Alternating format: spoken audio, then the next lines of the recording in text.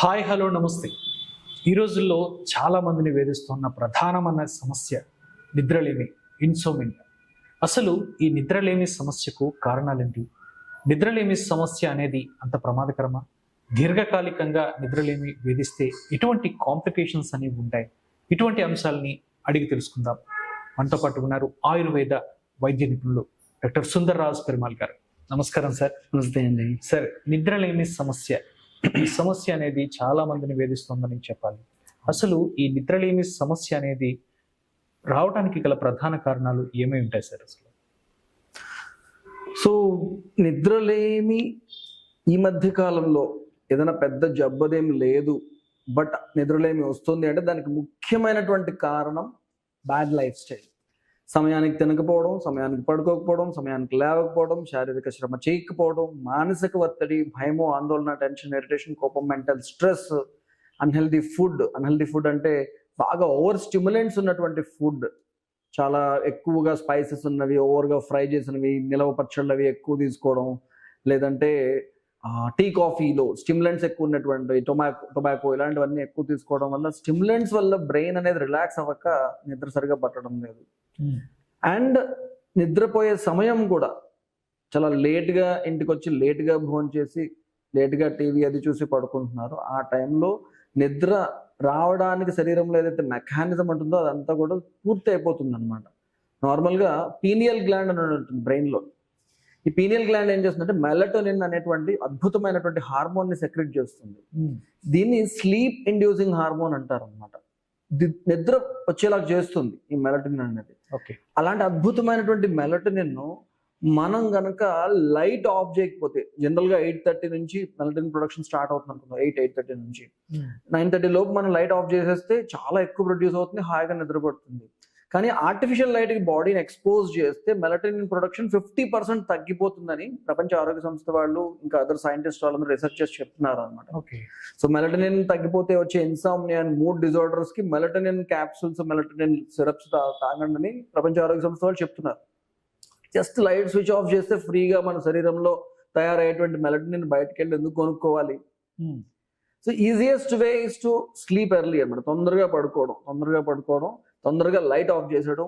Gadgets, light అంటే ఇక్కడ కేవలం ట్యూబ్ లైట్ మాత్రమే కాదు, ఫోన్ నుంచి వచ్చే లైట్ కానీ, ల్యాప్టాప్ నుంచి, ట్యాబ్ నుంచి వచ్చే లైట్ కానీ, టీవీ నుంచి వచ్చే లైట్ కానీ, వీటి వల్ల కూడా ఈ మెలటోనిన్ అనేది ప్రొడ్యూస్ అవ్వకుండా తగ్గిపోతుంది అనమాట. సార్, ఇక్కడ చిన్న డౌట్, అంటే ఇక్కడ బెడ్ లైట్స్ అనేవి మనం యూజ్ చేస్తూ ఉంటాం, చాలా మందికి అలవాటు.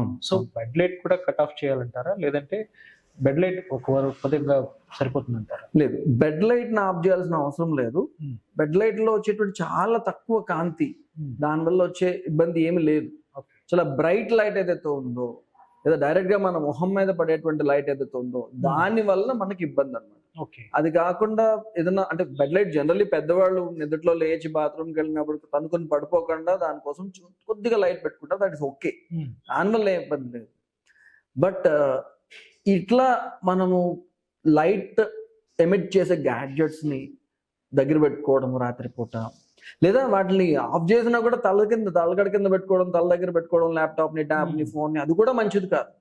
అసలు మనం పడుకునే రూమ్ లోనే గ్యాడ్జెట్స్ ఉండకుండా ఉంటే మనకి హాయిగా నిద్ర పడుతుంటారు.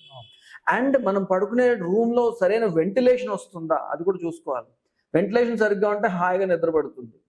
అండ్ మనం పడుకునేటప్పుడు మనం వేసుకునే బట్టలు మంచి ప్లెజెంట్ గా ఉంటే మెత్తటి కాటన్ బట్టలు వేసుకోవడం, మనం పరుచుకోవడానికి, కప్పుకోవడానికి మంచి కాటన్ బ్లాంకెట్స్ అవి యూజ్ చేయడము. అట్ ది సేమ్ టైం ప్రశాంతమైన మెంటల్ యాటిట్యూడ్, అంటే చాలా పీస్ఫుల్ గా ఉన్నప్పుడు మనం పడుకుంటే హాయిగా నిద్ర పడుతుంది. చాలా స్ట్రెస్ లో ఉన్నాం అనుకో, టెన్షన్ లో ఉన్నాం, నిద్ర పట్టదు.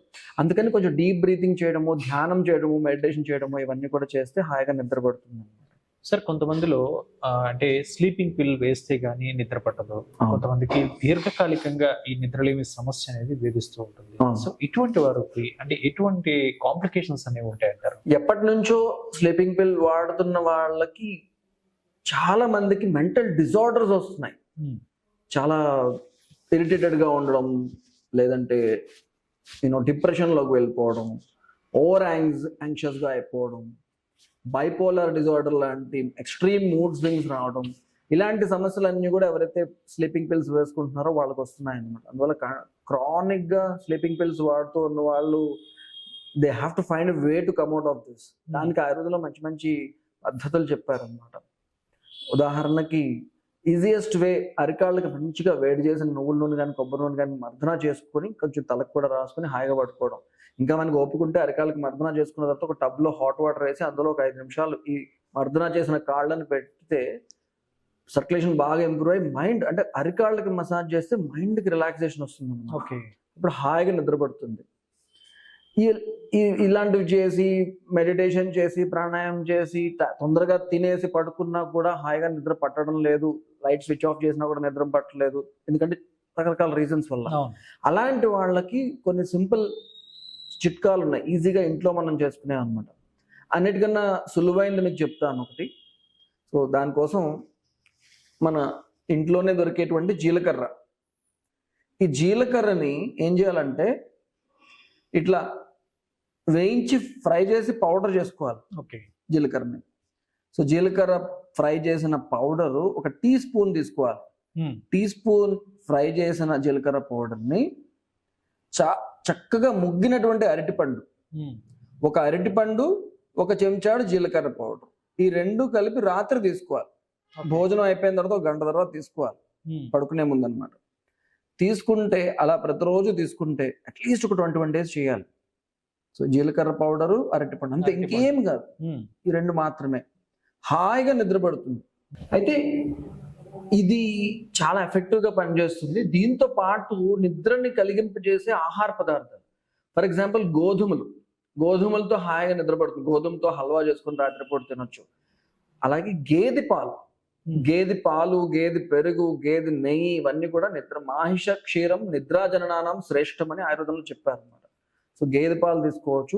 మనం ఇంతకు ముందు కూడా ఒక చిట్కా చెప్పుకున్నాం. గేదె పాలల్లో పిప్పలి మూలం లేదా మోడి అనేటువంటి ఒక పొడి మనకు పచారికొట్లో దొరుకుతుంది. 3 గ్రాములు పిప్పలి మూలం పౌడర్లోను కొంచెం బెల్లం కలిపి గేదె పాలలో తాగితే ఎన్నో సంవత్సరాల నుంచి ఈ మన స్లీపింగ్ పిల్స్ వాడుతున్న వాళ్ళు కూడా మానేసి హాయిగా నిద్రపోతున్నారని చెప్పాను కదా. సో ఆ గేదె పాలు చాలా బాగా పనిచేస్తాయి. బచ్చల కూర చాలా మంచిగా హాయిగా నిద్రపడడానికి హెల్ప్ చేస్తుంది అనమాట. సో మనము ఇవి చిట్కాలు అనేవి డెఫినెట్లీ హెల్ప్ చేస్తాయి. బట్ మేజర్గా మన లైఫ్ స్టైల్ మనం కనుక కరెక్ట్ చేసుకోగలిగితే, మంచి హెల్తీ లైఫ్ స్టైల్ లీడ్ చేయగలిగితే, మంచి ఫిజికల్ యాక్టివిటీ చేయగలిగితే, మైండ్ పీస్ఫుల్గా పెట్టుకోగలిగితే, దానికోసం ప్రాణాయామం, ధ్యానం అన్నీ చేయగలిగితే, ఏ మందులు ఏవి అవసరం లేకుండా హాయిగా నిద్రపోయే అవకాశం మనకున్నది. ఓకే. సో నిద్రలేమి సమస్య నుంచి బయటపడేందుకు లైఫ్ స్టైల్ మాడిఫికేషన్తో పాటు మీరు చాలా చక్కని టిప్స్ అనేవి ఈరోజు మాకు వ్యూవర్స్ కోసం తెలియజేశారు sir. Thank you so much. నమస్తే అండి.